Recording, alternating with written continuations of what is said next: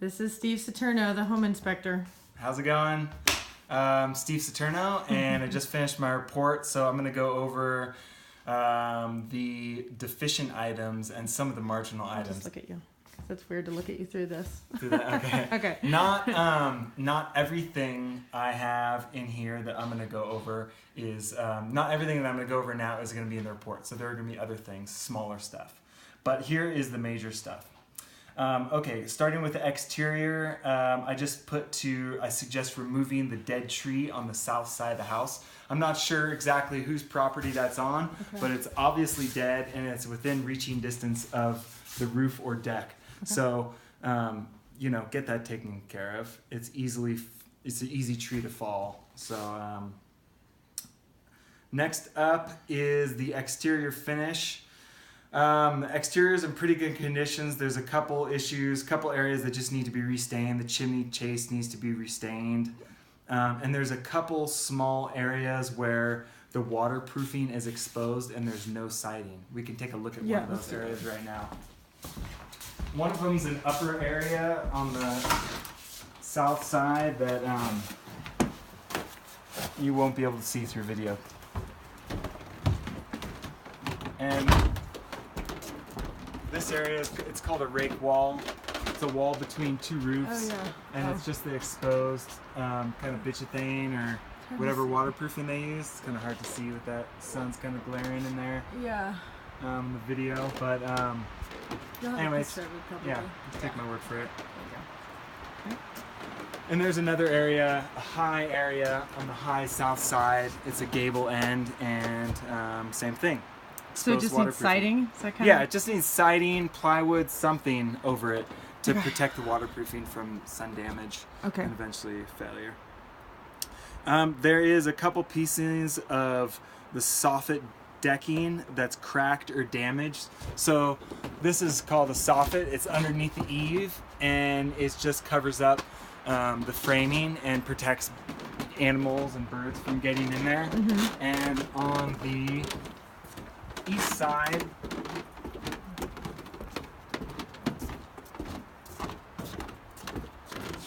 this area is missing, so it just needs to have it just needs to have a piece. It has the blocking, but it should just have the siding as well, or the It's not for venting or anything, it's just if it was for venting, there'd be holes in the blocking there. Okay. So it's not very tightly done, so there's obvious air paths for air to move forward, but to move through the roof cavity. But yeah, it just needs to be taken care of. Missing pieces off the decking and underside of eave. Okay. Entry, stairs. Okay, entry and stairs. We'll go over this. So I took a thorough look at the decks because Jessica asked me to, and because I'm an engineer and I usually take a close look at decks because that's the most common cause of failure around Tahoe. But starting off, you have these entry stairs where you have some crack. This slate is cracked, it's moving, it's loose. And then you have these pieces of wood here, which they're pressure treated, but they're really old and they're decaying. You can see this one is decaying. It's good to get those out. The pest inspector should say the same thing, because you can get termites coming in, attracted to those, and then eventually come into your house. Termites, huh? Termites. I've only seen them a couple times up here, but they were kind of weird situations. Yeah, I've only seen them once, but I'm not a termite expert, so that's why the termite guys come. Yeah. So with the decks. All right, I point out this uneven cracked concrete landing. Not a huge deal. One thing I did notice is that the deck joists go this direction, so you have beams going the opposite direction, and there's one beam right about here that sits on a ledger, which is a piece of framing that connects to the house, and that ledger is pulling away from the house, so the whole beam which is relying on that ledger is falling off of it, and so that should be repaired before it fails. pretty much before next winter. Okay. And the same thing is happening over here. You have a ledger where the joists are hanging off of, and it's all kind of coming off and failing. So that should all be repaired. A proper ledger should be put in there, Okay.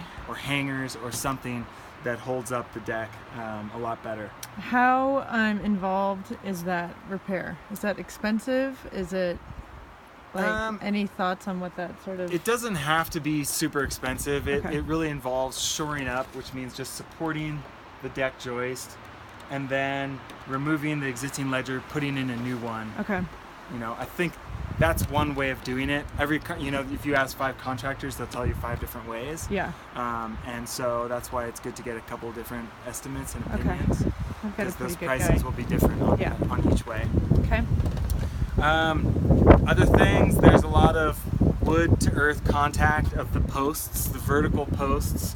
There's a lot of dirt that's just eroded over the years and pushed against the high side of the posts. So there's some wood decay in some of those areas, even in the tall posts. So Okay. you want to regrade the dirt around that, and then look at each post, and have those replaced. I kind of poke them with my screwdriver, Okay. and if any of them have wood rot in them, they should be replaced at any. The pest inspector will comment on that also, and then give us a Yeah. cost to fix. So that's Yeah. good. Okay. Some of the posts Did you find dry rot? What's that? Did you find some dry rot in some Yeah. of them? Mm-hmm. Okay. Yeah. Some of the posts are shimmed at the base, so just some wood shims are kind of pounded underneath, and some of them have 3 or 4 different shims. Okay. So they just weren't installed properly, or the footing was sinking and they shimmed them up to get them to the right height. In any case, those should be repaired because that's not very stable how it is.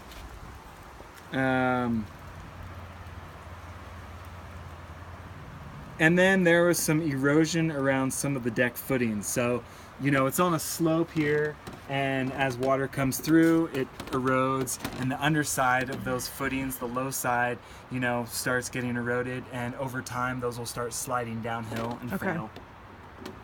So those should be taken care of. And that's the majority of the issues with the deck. Okay. It looks like there's some kind of loose boards and stuff Yeah, that can be tightened down. Yeah, I also comment there's a lot of loose boards. There's a lot of nails sticking up. I mean, nails aren't great to have on decks anyways. They should be all screwed down. Right. It's a big job to replace all these nails with screws.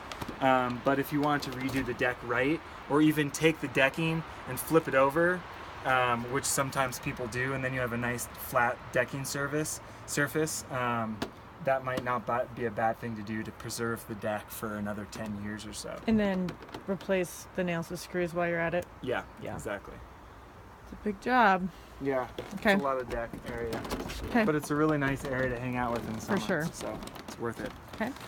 Loose railings and loose balusters all around the deck. So just some of these railings are pretty loose. The balusters are kind of the angled slats. Oh yeah.